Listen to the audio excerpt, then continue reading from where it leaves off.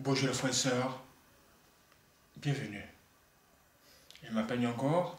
Aujourd'hui, nous allons partager ensemble un message très important.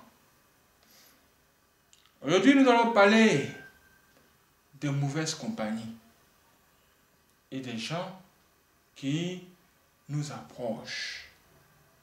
Qui sont les gens qui vous approchent? Qui sont-ils réellement? Devons-nous nous en méfier? Nous allons d'abord entrer dans Psaume chapitre 1, versets 1 à 2. Lisons ensemble. Il est écrit ceci.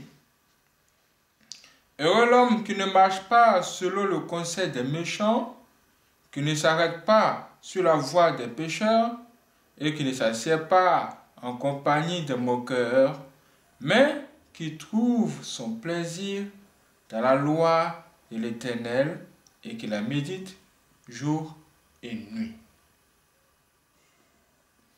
Vous devez savoir que le thème de ce matin, c'est « Faites attention aux gens qui vous approchent ».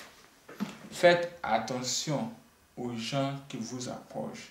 Ça veut dire quoi? Ça veut dire méfiez-vous des gens qui viennent vers vous à un moment donné.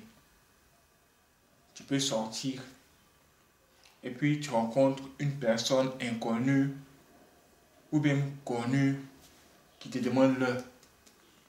Ah, bonjour, quel est monsieur? Bonjour, monsieur. S'il vous plaît, quelle heure est-il? Mais bonjour, madame. S'il vous plaît, j'aimerais aller dans tel endroit, mais je ne sais pas où se situe. Pouvez-vous m'indiquer le lieu de l'endroit? Pouvez-vous m'indiquer le lieu? Aujourd'hui, Dieu nous dit que il faut faire vraiment très attention à toute personne qui s'approche vers vous parce que la plupart des gens sont accompagnés d'une mission. Ils sont soit envoyés de Dieu vers vous pour vous donner un message qui va vous faire du bien ou encore vous donner la vie. Ou bien ils sont envoyés du diable pour vous donner des conseils qui vont vous conduire sur le chemin de la mort. Est-ce que vous comprenez? Est-ce que vous comprenez? Qu'est-ce que ça veut dire? Ça veut dire que vous devez être très vigilant par rapport à ce que vous acceptez chez vous ou bien auprès de vous. Même si c'est une personne inconnue qui s'approche de vous, ce que vous devez chercher à savoir, c'est ceci. Quel est l'état d'âme de la personne qui m'approche? Est-ce que cette personne qui me demande l'heure, juste l'heure là, est là juste parce qu'elle a vraiment besoin d'heure ou bien elle est envoyée par le diable? Est-ce que cette personne est en mission pour pouvoir me faire du mal? Pour pouvoir me donner une mauvaise énergie?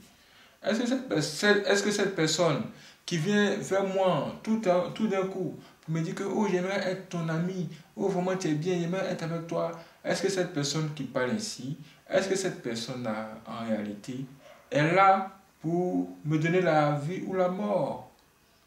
Parce que si vous marchez avec de mauvaises personnes, ou bien si vous acceptez de mauvaises personnes chez vous ou auprès de vous, vous allez vous mettre dans des problèmes inutiles.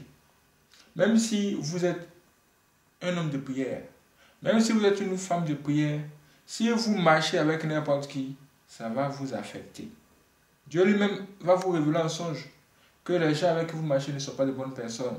Et si vous continuez à marcher avec eux, il y aura d'énormes conséquences. Vous ne devez pas les suivre et vous ne devez pas suivre leurs conseils. Quand on dit ici dans Somme 1, heureux l'homme qui ne marche pas selon le conseil des méchants, qu'est-ce que ça veut dire? Ça veut dire que si toi tu veux vivre heureux sur cette terre, il ne faut pas écouter les conseils des gens méchants ou encore les sorciers. Parce que les gens méchants là, ce sont les sorciers là qu'on appelle les gens méchants. Est-ce qu'un sorcier peut conseiller quelqu'un? Quel bon conseil un sorcier va te donner? Dieu te dit qu'il faut vraiment s'en méfier. Pourquoi je vous dis tout ça aujourd'hui? Je vous parle de ça parce que j'ai reçu un témoignage récemment et ce témoignage est vraiment très triste. Très triste. Écoutez, il y avait un homme qui avait suivi une formation pour devenir un coiffeur. C'est-à-dire coiffer les gens. Après, il a ouvert son salon de coiffure, son petit salon de coiffure. Il a commencé à exercer son métier. Petit à petit, ça ne marchait pas comme il le souhaitait. Mais il devait avoir la foi, persévérer et aller de l'avant. Maintenant, voici que un jour, une grosse voiture va venir se garer devant son salon de coiffure. Cette grosse voiture va venir se garer devant son salon de coiffure. Et que va-t-il se passer? Ce qui va se passer, c'est que un homme va en sortir et cet homme entrera dans son salon de coiffure. Quand cet homme est entré dans son salon de coiffure, il s'est assis, le monsieur lui a demandé des nouvelles et il lui a dit: écoute, j'ai juste une question à te poser. Une seule question. Dis-moi, que fais-tu avec les cheveux des gens là? Que fais-tu avec? Quand tu finis de les coiffer, où est-ce que tu les mets? Le monsieur, le coiffeur, était même surpris par la question. Parce que là, c'est une chose simple. C'est juste normal, c'est censé être normal. Comment pouvez-vous me poser une telle question? Il dit, mais bien évidemment, quand je finis de coiffer les gens, je ramasse les cheveux, je ramasse les cheveux et je les mets à la poubelle. Il dit, sérieux, c'est ce que tu fais? Ah, en tout cas, moi, je peux te montrer un moyen de gagner beaucoup d'argent avec ça. Avec les cheveux là, avec les cheveux là. Au lieu de les jeter, il faut les rassembler pour me les donner. Et moi, en retour, je te donnerai beaucoup d'argent. Beaucoup d'argent. Il dit, sérieux? Sérieux? Il dit, effectivement, oui. Même si tu en as là maintenant, va, tu la ramasses et tu auras quelque chose en retour. Waouh! Le jeune homme a pensé que c'était de la blague. Mais quand il a rassemblé les cheveux qu'il a donné à cet homme lui a donné effectivement beaucoup d'argent. C'était des millions. Waouh! Il s'est dit, mais des millions. Des millions. Des millions. Juste comme ça. Au lieu de jeter les cheveux, je donne ça à quelqu'un et j'ai des millions. Waouh! Waouh! Il était content. Il ne savait pas ce qui était derrière, mais lui, il s'en fout. Lui, juste, il a eu l'argent, il était content. Il s'est dit qu'au lieu de gaspiller les cheveux en jetant, il peut donner ça à quelqu'un. La personne va lui donner beaucoup d'argent. Bon. Et puis, voilà. Voici comment il a continué. Il est rentré dans ce business et il a continué. Jusqu'à ouvrir un autre salon de coiffure. Un deuxième salon de coiffure. Et jusqu'à là, tout était normal. Jusqu'à ce qu'un jour, il coiffe quelqu'un. Il a coiffé cette personne-là. C'était comme d'habitude. Il a fini de coiffer la personne. Il a ramassé aussi ses cheveux. Qu'il a mélangé à d'autres cheveux des gens, des autres personnes qui l'ont coiffé la journée. Et il a fondu ces cheveux-là à son gars, son businessman. Et il était là. Quand quelque chose d'étrange va se passer. En fait, la dernière personne a venu se coiffer ce matin chez lui. Cette personne a commencé à remarquer que ses affaires commençaient à se bloquer. À gauche et à droite, ses affaires se bloquaient, les choses se bloquaient ici et là et autres. Il s'est dit, mais que se passe-t-il? Qu'est-ce qu'il y a? Pourquoi tant de blocage dans mes affaires? Du coup, il allait consulter Il allait juste voir d'où vient le problème. C'est là les gens mystiques vont lui dire que, écoute, l'origine de ton problème, c'est quelqu'un. Quelqu'un ou un endroit où tu t'es coiffé. Quand tu t'es coiffé là-bas, tes cheveux là ont été fondus. Tes cheveux là ont été utilisés pour des rituels. Et à cause de ces rituels-là, toi, tu as des problèmes dans tes affaires. Donc, pour régler le problème, celui de qui tu allais te coiffer là, va lui demander de te redonner tes cheveux. Ça, c'est à cette seule condition que tu pourras retrouver la stabilité dans tes entreprises. Voici comment cet homme rapidement va revenir sur le coiffeur et lui demander ses cheveux. Il dit, écoute monsieur, vraiment, je ne sais pas ce qui se passe avec vous, mais je ne vais pas trop parler. S'il vous plaît, rendez-moi tous mes cheveux. Le coiffeur dit, mais de quoi vous parlez monsieur? Je vous ai coiffé il y a très longtemps. Vos cheveux ne sont plus là, vous voulez que je vous redonne vos cheveux comment? Il dit, le monsieur il dit, écoute, je ne vais pas trop parler. Là où tu as mis mes cheveux là, il faut aller ramasser pour me donner tout. C'était devenu une discussion. C'était devenu bizarre. Le monsieur dit, ah bon? Donc tu ne vas pas me remettre mes propres cheveux. Là où tu allais mettre là, tu ne vas pas me les remettre. Tu sais de quoi je parle, mais tu fais comme si tu ne sais pas. Tu vas voir. Tu vas voir. Et le monsieur est parti. Quand le monsieur est parti, cet homme s'est posé vraiment beaucoup de questions. Il s'est dit, mais c'est bizarre. Je coiffe beaucoup de gens ici. Personne n'est venu me demander ces choses. Mais pourquoi cet homme-là s'est levé comme ça ce matin pour venir me poser telles questions? Tellement ça l'a étonné. Tellement il était surpris.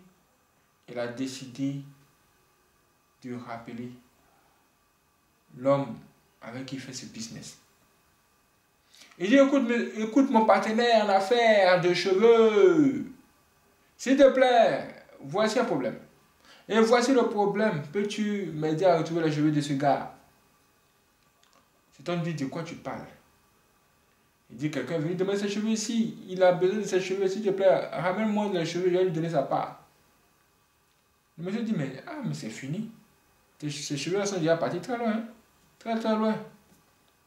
Il dit, mais ces cheveux-là vont où au juste? Et puis, qu'est-ce que tu fais avec? C'est-à-dire, c'est là maintenant. Il va lui poser des questions. Il cherche à savoir ce que cet homme-là fait avec les cheveux des gens qu'il coiffe. Ha! Ha! Ha! L'agent aveuglé n'a pas posé de vraies questions au départ. C'est peut-être chercher à voir clair dans là où les cheveux-là partent et ce qu'on fait avec. Et c'est ce moment-là, cet homme va être clair avec lui. Et cet homme va lui dire, écoute, nous utilisons ces cheveux-là pour des rituels. Les gens partout dans le monde reçoivent ces cheveux. Ces ritualistes utilisent ces cheveux-là pour faire ces rituels. Et lors de ces rituels, ils ont pour plusieurs missions. Soit ils prennent les chances des gens, ou bien ils bloquent les affaires, ou bien ceux qui n'ont pas de la chance, eux, ils meurent tout simplement. Hein? Donc c'est ce que tu fais. Et puis tu m'as pas dit. C'est Sclamar, le coiffeur.